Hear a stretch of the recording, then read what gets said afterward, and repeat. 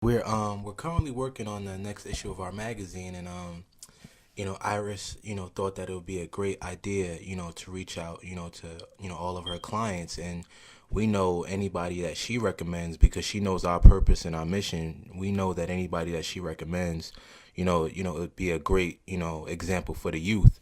So I want Right, to, right. yes, so I want to start off by asking you, take me back to your youth and tell me what it was like for you, coming up, if you can.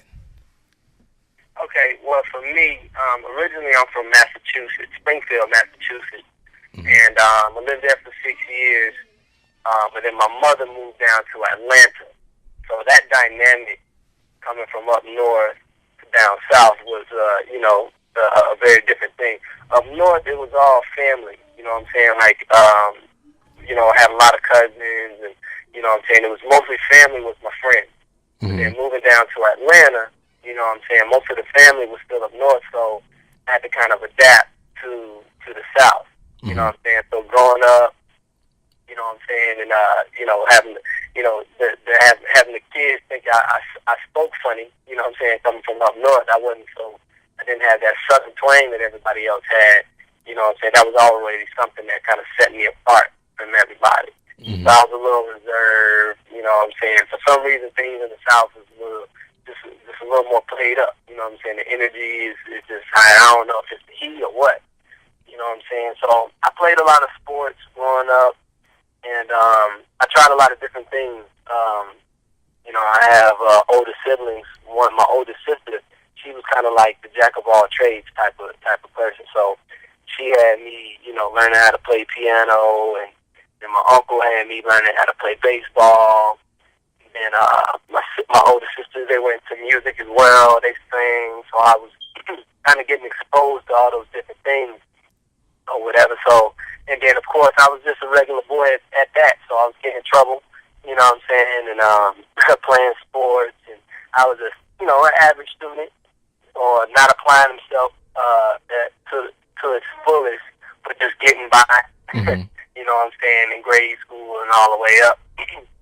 But I was always surrounded by entertainment in some aspect, not professional entertainment, but just different aspects of the arts. Yes, and do you feel that that was very valuable, in your younger years, seeing as that you're involved in it now? Definitely, everything that I've learned as a child and going up to being a teenager and in my 20s and everything like that, every single thing that I learned is actually being utilized in some aspect today for me.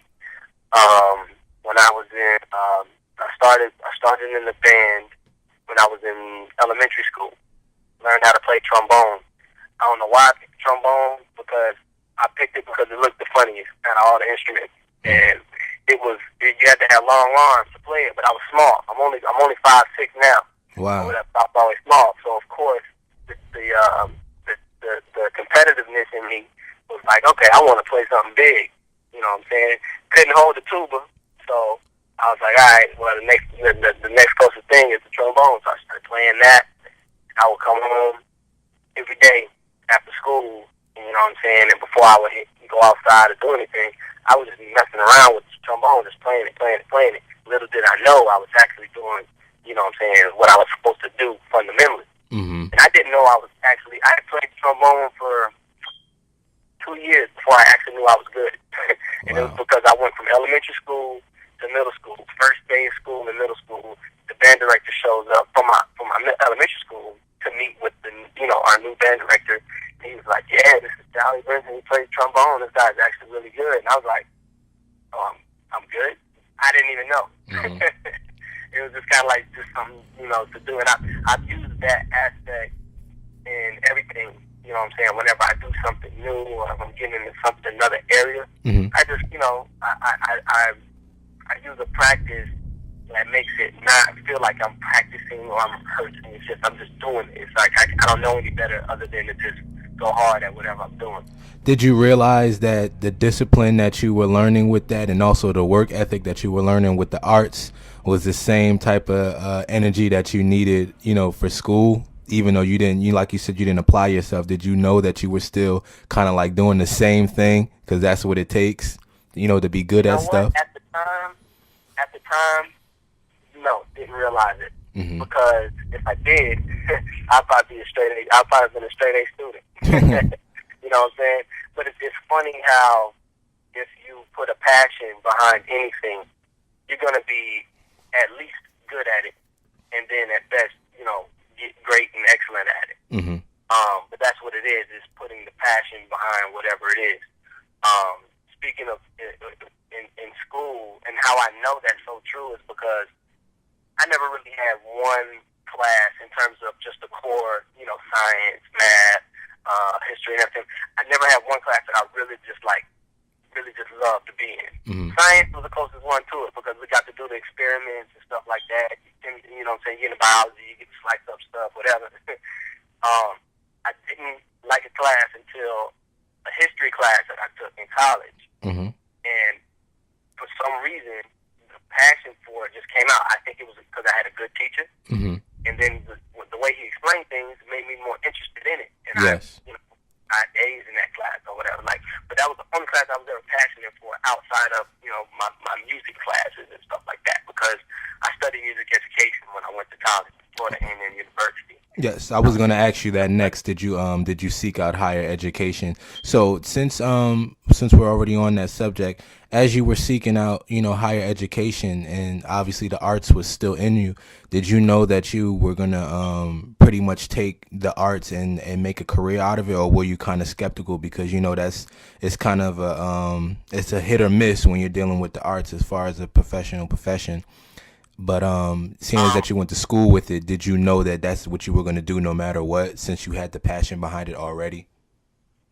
To answer your question, I had no idea and really no major intention in doing anything in professional entertainment. Mm-hmm. When I was in high school, I was in the band. I was drum major, trombone section leader, and everything like that. I tended to be the captain or the leader or the whatever of everything that I did. But I went to Florida A&M University on a music scholarship, mm-hmm. and I really couldn't make up my mind what I wanted to major in. But I knew the only thing that I was passionate at the time was music, composing music, jazz, playing music, jazz, symphonic band, wind ensemble, all that kind of stuff. Every genre of music I was in for. As I was going to Florida A&M University, I was always knew that I wanted to try different things. I had to keep myself occupied, so I found out about a dance crew called the FAMU Strikers, mm-hmm. and they were pretty much a big deal. It was funny because as a freshman, there's so many things on campus that you either know about or don't know about, and I just kept hearing the name FAMU Strikers. Oh, you're a striker. Oh, you're a striker. Like people had their little things, to say about the strikers. So the founder, Chappelle Hardiman, actually approached me about auditioning because in the band we used to have to dance on the field, in halftime shows, stuff like that. And I guess he kind of he saw me, dancing or whatever, you know what I'm saying, in band rehearsals, practices, we used to rehearse like 6 hours a day at FAMU. And he was like, you should come to the tryouts. You should come to the audition. He wasn't telling me that I was going to make it. He was like, you should come. I missed the first day of the workshop because they do an all-week workshop. I went, and that week, and I was dancing, and I made it. And I was like, oh, man, that's cool. You know what I'm saying? And people were like, I guess the upperclassmen and stuff like that who knew what the Strikers was like, dang, like, that's crazy. Like, you made it, whatever. It was like, cool. So now you're in the band and the Strikers. There's two premier organizations on the campus. And as I continued to go through that, I ended up becoming rehearsal director. I was president at one time because we have a functioning executive board because we have a lot of business on the aspect of the group to run. And somewhere in that, I started to think, like, maybe if I wanted to dance, I probably could, and everything like that. But honestly, my focus was I wanted to graduate, get my degree, and start teaching. I wanted to move back to Atlanta, and I wanted to be a band director, mm-hmm. teach the music, because that was just my first passion. And as things kind of went on with the group and me, being in a leadership capacity, the founder asked me to lead the crew, the Strikers, on America's Best Dance Crew on MTV. Yes, I remember you guys. Okay, now I'm starting to connect the dots. Okay, wow, that's pretty amazing. Yeah, so asked me to do it, I was at that crossroad where I'm like, okay, I'm ready to graduate, start supporting the family, you know, and be back home, close to the mom, and brothers and sisters and siblings and everything like that, nieces and nephews, or take this opportunity. I was really torn. Mm-hmm. You know, I talked to my mom about it, and she was like, you know, she was like, go for it. She was like, you know, pray on it, think about it. I had a really close advisor by the name of Gloria C. Jones, and she was one of the advisors for the dance crew, the Bambi Strikers, as well as she was one of the band secretaries. So when we used to have to go through and get our grades checked out and re-sign up, get our scholarships and stuff, we would go through her. But she took a vested interest in me, and would always give me really great advice. Mm-hmm. You know what I'm saying, in terms of staying focused and doing what I had to do. And she told me that she saw me at much more than a teacher. She saw me actually doing things in show business. She was like, I have no reservations. Like, this woman has been working for tens of years, and that's what she's been exposed to is, you know, making band directors and making, you know, music teachers and chorus directors and things like that. And she told me, she was like, now, I don't have any reservations against teachers or anything like that. It's a great profession. That's what you do. She was like, but I see you have much more than that. Mm-hmm. She said, you need to go do the show. And I decided to do it. We flew out to L.A. and competed 6 out of 8 weeks on America's Best Dance Crew MTV with my crew. And then that's a whole other transition as well, because halfway through the show, we started realizing that we were actually creating a great following. People were liking the crew style and the things we were doing. We were having fun. It was like, maybe with our popularity and maybe with you know, a good strong push, we could actually survive in Los Angeles and in Hollywood and actually do the show business thing. Mm-hmm. So we band together. We went back. We went back to Florida, scraped our little money together. You know what I'm saying? And then we all moved back out here after we got off the show. Wow. And we've been here ever since. 3 years. I think it's been 3.5, almost 4 years now. What do you think the most important thing that you can do after that show? Because, you know, a lot of people have been on the show, or a lot of people have auditioned for the show, and then it's like, you know, if you don't make it, or if you do make it and then you're off the show, you know, the biggest question is like, what's next? In your opinion, what's the best thing that you can do possibly after maximum exposure like that on a television show, seeing that you guys were on America's Best Dance Crew? It could be any show, though. So you think you can dance, you know, anything. What do you think is the best, you know, thing to do after maximum exposure like that? I would say this, that the huge variable is if you really did get maximum exposure. Mm-hmm. Because nowadays, exposure alone isn't going to sustain you a career. Mm-hmm. Because there's so many people that's going at it. So what you have to do is, if you're on that show, or you're on any competition show that, you know, whatever, it is so important that you don't just rely on people just going to be watching the show and they're going to see you and they're going to like you. You have to do your own grind work to brand yourself and make yourself bigger and make people know who you are personally. When we did the show, it used to be funny because, you know, the whole crew was there. We had these ridiculous, crazy call times. You know what I'm saying? We had to be up super early. And sometimes they would need a representative of the crew or something to do a little plug or something like that, or answer some questions, do a little interview. And I was a crew leader, spokesperson, so everybody else would get to sleep in. I'd have to wake up an extra hour early, hour and a half, to go and do those things. Mm-hmm. Little did I know that those things actually helped to maximize my exposure while on the show, because I did most of the packages. You know, every week they showed a package where the crew had to go through and what's going on in the life of this crew as this week is preparing. I did every single one of them, and then the one other guy would cycle in every once in a while. Mm-hmm. But that was actually what made me, which actually got me more following and more popularity, because people could identify my face with the crew. Yes. Okay, and so if you're on a crew-based show, your crew has to do its own work. You know what I'm saying? If they're not getting opportunities to be exposed, you got to use all these social networking tools while you're on the show. Get merchandising. We didn't do that. We didn't sell shirts and not even selling them to make cash, but need to be getting your brand, whatever your sign, whatever your thing is, out there while you're on the show, because what it is consistent relevance, consecutive relevance, you know what I'm saying, as it's going on.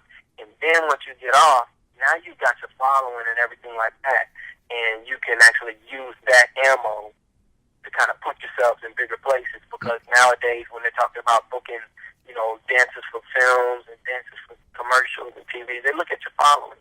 They look to see how many people they're going to be able to lock in on automatically off of your following. And if you don't have a huge following, you have less a chance. I'm not saying you won't make it, but you have less a chance of making it. Yes, and So we found that out as far as being dance press, and being at these shows. We have found that out, and I think that people don't really understand that's a part of your artist development as far as building your brand and building a following. Everybody knows how to dance, but everybody doesn't know how to build a following. And at this point in time, we feel that is very key, that the youth and everybody that's just striving out there know that's what you really have to have, because everybody can dance, but what they're looking for is the bases, people's bases. That's what they're really looking for. They're looking for the numbers. That's just being honest, and there's nothing wrong with that, because everybody has to meet their bottom lines. But the fact is, the public needs to know that, so that way when they approach these shows, they're well prepared. Yep, and I'm gonna be 100% honest with you. This has always been my philosophy ever since I was dancing back in college. I've never been the best dancer. Mm-hmm. I'm a good dancer, yes. I have my style. I do my thing. I'm energetic. I'll be very clean. Never been a huge freestyler. Don't do tricks and stuff like that. I can't. I've never learned it. But the one thing that I was able to do was not only network effectively, but let my work ethic and being responsible mix into my personality and people liking to be around me, and being able to deliver on stage or in front of the camera. Yes. If you can balance yourself out, because I know some really great dancers that ain't working because of their attitude, mm-hmm. or not working because they're not exposed, they're not doing what they need to do to network and get to know some choreographers, do some free stuff. You know what I'm saying? You got to put yourself out there and show that you're consistent and consecutive with the working history of a dancer, mm-hmm. to actually, make it. A lot of times the decision comes down to, who do I want to be around for the next, 12 hours on set, or, the next month, the next 2 months, or whatever, while we're on this job in another state or another country, Yes. And that's what they say a lot of times. People, they're always using their friends, and they're using their friends, and da-da-da. Well, how do you think they became their friends? A lot of these people didn't know each other until they either worked on a job together, they did something for them in class, or whatever like that. They developed a great rapport, great relationship. And that's an element in the industry, and that's an element in anything. Yes. Any business, honestly. Another question I have, as far as being in a group, and I'm asking this question because, when I was younger, I too was also in a dance group. Do you feel that, because everybody's an individual, of course, do you feel that you guys are moving in a way that you guys have a common goal, meaning that, of course, everybody has their own goals, but do you feel that it's imperative to have one common goal as the group, for a group of males to keep striving forward and to see progression? Do you feel that is key and necessary when working in a group atmosphere? I feel like, other than just the bare bones of respect, a common goal and common interest is unsurmountably it's just so important into the success of any group. Mm-hmm. And when I say group, that means one or two or more. Our crew, what we have had to do is scale back from the specific. Well, we had to make specific goals initially, mm-hmm. So that everybody was like-minded. Our goal was to get on film, be in commercials, and then we had to scale it down from there. Okay, what are the choreographers that we need to tap into? Choreographers that like our style. So everything started scaling down, and it was like, okay, so what classes do we need to go to? Mm-hmm. Okay, all right. okay, who's the best person to represent our crew talking to this type of person? You know what I'm saying? Because we have different personalities, so you can't send a dry boot personality person to somebody who's like 10. Mm-hmm. You know what I'm saying? Energy. But then you can't send the 10 to the person who's a little more reserved, a little more like whatever. So we had to systematically specify who and what we were going to be doing, and those were the things that have sustained us now. Mm-hmm. And we're still pushing to higher and bigger things. And we have meetings, and we're like, okay, where are we? You know what I'm saying? What are we doing? Are we on track? Are we off track? Do we need to do more? Do we need to do less? And then you have, like you said, individual goals, which you have to respect. People have their individual lanes. Not all of us want to dance continuously. Some of us want to dance and then move into other things, Mm-hmm. or whatever. So you have to be respectful on that level as well. And it's just because we're coming from such a brotherhood from FAMU that has sustained us. Like, I came into the crew in 2002, and everybody matriculated in under me. They're either from 2003 all the way up to the youngest guy, which is Joel Daly. He was the youngest guy to come into the crew. I believe he came in like, I don't want to say 2010, 2009. No, he came in like 2007 or whatever. But we have been together for that long. It's been 12 years now, Mm-hmm. you know, growing up. So that bond that we created there, we didn't create it. The bond was already there. Has followed us out here, and we still stay. We actually physically live together. You know what I'm saying? And that's one thing that's very rare. Mm-hmm. For any dance crew anywhere. Like, we live together. And like, not we show up together to go practice and rehearse, and every once in a while we talk and this and that. Now, we live together, and we live together before the show. So we weren't put together for any one thing or whatever. We were already a crew, so we were the elite members of a group already that was put together. So I think, you know, that having that common interest, that common goal, and that common drive is definitely the thread that's held us together. Cool. Do you It's funny because I know you're one of Iris's clients. Do you get to talk to Chuck anytime? Because, you know, seeing as that Chuck merged that kind of, you know, dancing with the whole stepping thing. Do you guys talk to Chuck, or have you met him? And have you know? Man, Chuck is out here. Chuck is my number one mentor. I can say friend. I was just talking to Chuck this morning. Like, I do everything, and I do anything for Chuck. And what would your advice be to, you know, kids that would like to follow in your footsteps as far as, you know, going into the entertainment industry and having some form of success? Okay, it's hard to sum it into one thing, but if I would have to find a common thing that I've heard from most professionals in any aspect of entertainment is passion. Because when you have the passion for anything, then the training, the hard work, the long hours, and everything that goes into actually working on your craft doesn't feel like work. It's something that you'll enjoy because you have a passion for it. And that'll make you better at what you do. That'll get you more exposure. That'll get you more relationships and more networking opportunities with people who can get you in the place that you want to be. So have the passion for whatever it is you want to do in entertainment, and that'll be a huge fundamental building block to getting you to a successful career. Okay, great.